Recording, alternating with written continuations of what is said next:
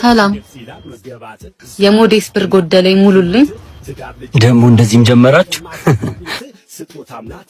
የኔ እናት እዚህ አይቻልም። ነይ ውጪ ውጪ ውጪ ውጪ። ይቅርታ በጣም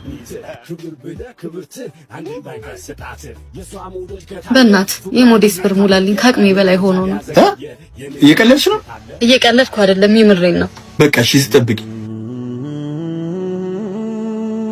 እማ ሞዴስ ስጭኝ እስኪ። ሞዴስ 150 ብር ነው አባቴ። 150? አዎ። እውነቷን ነው ልጅቷ።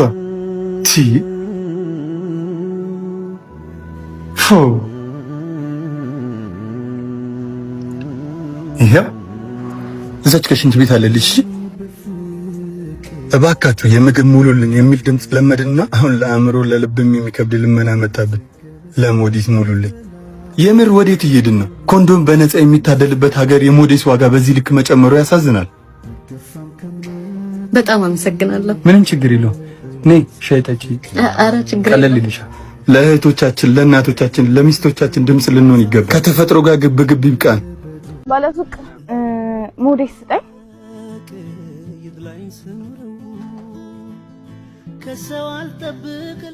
ነይ ቆይ፣ በአመት አንዴ ነው እንደዚህ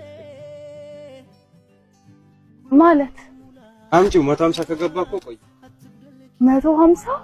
አዎ 150። እሺ በእናት ክላስ እየረፈደብኝ ስለሆነ ነው። ወይ ስመለስ ፈልጌ ልስጥህ። እንደዚህ ብሎ ነገር የለም። ከሌለሽ የለሽ።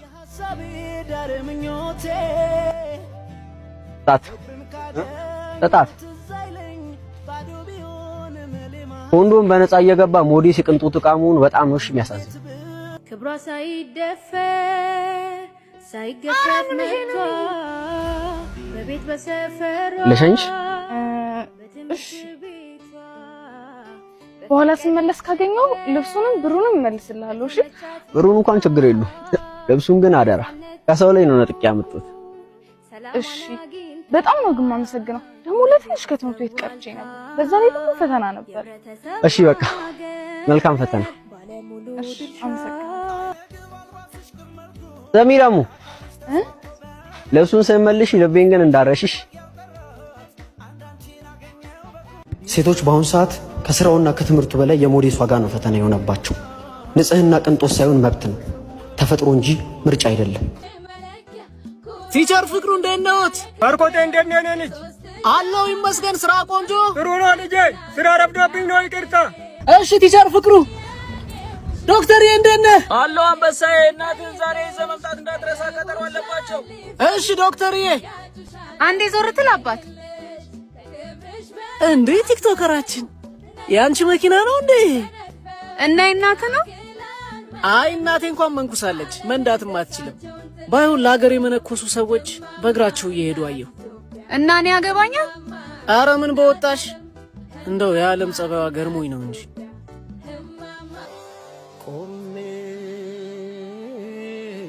ዋጋ ያላቸው ሰዎች ዋጋቸውን አጥተው የኔ ቢጤው ለሀገሩ ቅንጣት ያህል ያላበረከተው ኩታራ ደግሞ ተወዶና ተደንቆ የሚኖርባት ምስኪኗ እማማ ኢትዮጵያ። የመጨረሻ ጎላችን የስኬት መለኪያችን ገንዘብ ሆነና ገንዘብ እስካስገኘን ድረስ ክብራችንን፣ ሃይማኖታችንን፣ ሰውነታችንን አሽቀንጥረን ጥለን እርቃኑን የምናስቀር አዲስ ትውልዶች መጣን። በጣም የሚገርመው ታዲያ ይሄ ትውልድ ለሀገር ከመነኮሱ ሰዎች በላይ መወደድና ክብርን አግኝተን በየቦታው በአድናቆት ማዕበል እንጥለቀለቃለን። ለሀገርህ ምን አበርክተሃል ብትሉኝ አንድም የምጠቅሰው ነገር የሌለኝ እኔ ቲክቶከሩ ከአንድ መምህር አሊያም ዶክተር ጋር የሆነ ቦታ ወይ ሚዲያ ላይ ብገኝ ግን የተሻለ ክብርና ሞገስን ላገኝ ይችላል። የቱ ጋር እንደሳትን ምኑ ጋር እንደተላለፍን አላውቅም፣ ብቻ ግን ስተናል።